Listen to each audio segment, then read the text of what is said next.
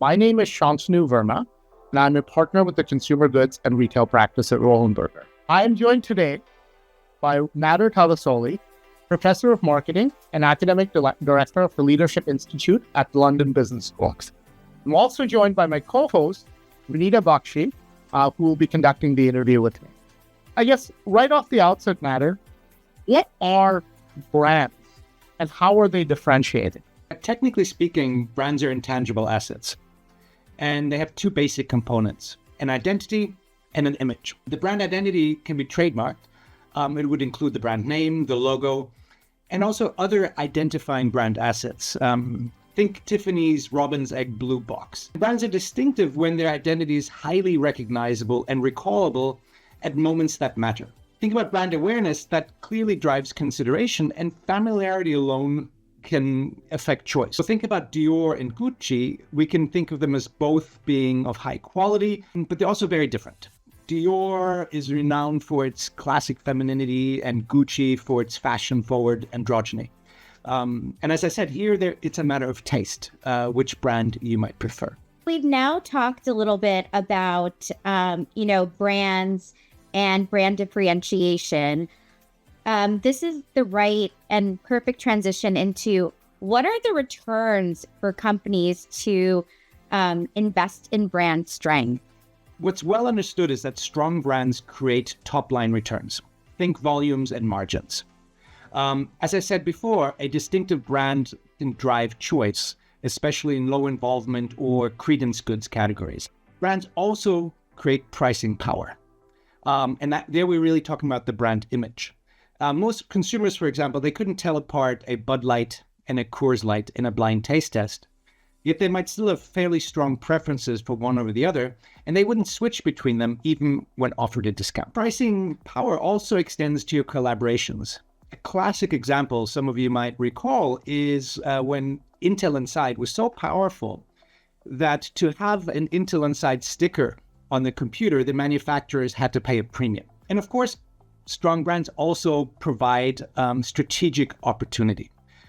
Think about brand extensions. That's a common example where when Coke launched Coke Light, all that goodwill and the brand awareness spilled over onto the extension. They didn't have to start from scratch. What's less obvious, at least to many of my clients, are the bottom line savings. Again, now we're applying bargaining power to the entire value chain. Think of a mall. They might actually offer favorable terms to anchor clients, such as an Apple store. Or conversely, think about Red Bull. They tend to receive better terms of trade and higher support from the retailers than lesser brands might. And we can continue. Thanks to greater customer loyalty and price resilience, strong brands also tend to have lower earnings volatility. What does that mean? They tend to have a lower cost of capital. And the implications of this are far-reaching. Finally, consider the war for talent. Simply put, consumer awareness and trust extend to job seekers' decision-making. And brands, like they do if I'm wearing a famous brand, also provide social currency and resume power for their employees. What do I mean by this? Your friends, your family, and future employers will all be influenced by the brand that you work for. And my work has shown that this translates into a substitute for pay, even for CEOs. So strong brands don't have to basically bribe their employees to work for them. Now, firms who ignore the full spectrum of brand returns, both the top line and the bottom line benefits, they tend to not leverage the brand with intent across the entire value chain, and they certainly won't be making the right investment decisions. In your research, you coined a term and a concept called brand-led change. Could you maybe elaborate on that and just talk about what that means? It's a complicated term, maybe, but it's actually a simple concept. It's the engine, so to speak, of a process I call, aligning your business, brand, and behavior, the 3 Bs. On the one hand, your business, think of your leadership, your structures, operations, and processes. they need to be aligned to support the delivery of the brand promise. So they stand behind the brand. On the other hand, inside the business, your brand should be leveraged to inspire and guide on brand behaviors across the entire customer journey. If you take this brand-led change idea, I always say, even thinking outside the box starts with a box. And in that sense, the brand should be the box that inspires differentiated behaviors across the entire business.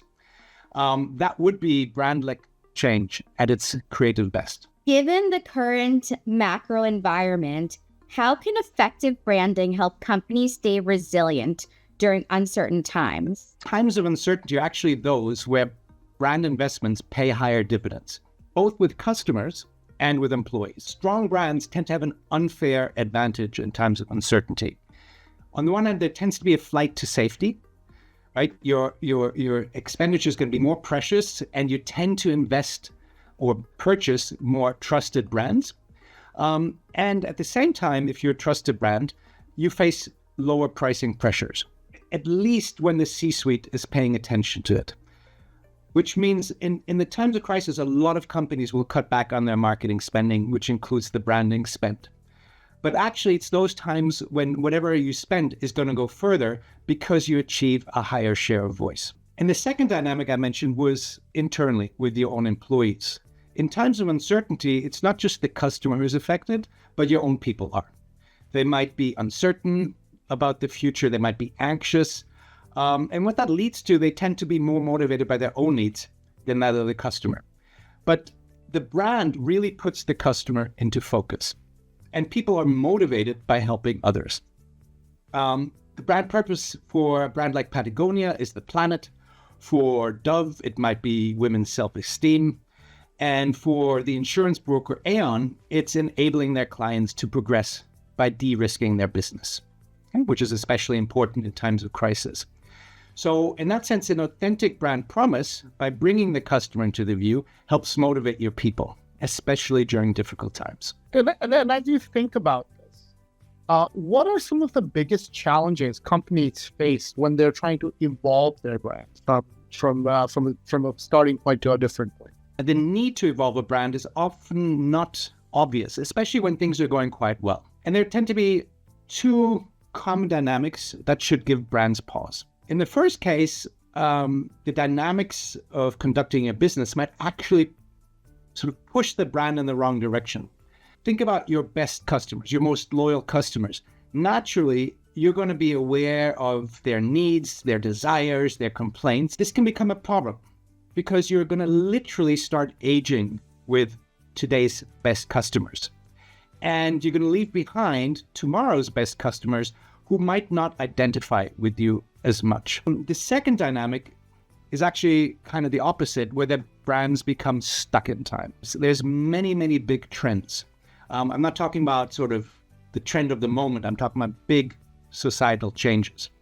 And strong brands, on the one hand, are anchored in deep human truths and in an authentic heritage. However, their DNA needs to be continually be reinterpreted as the times change. What trends in branding do you think will be most impactful over the next 5 to 10 years? Well, I'm not a futurist, but AI is the talk of the town.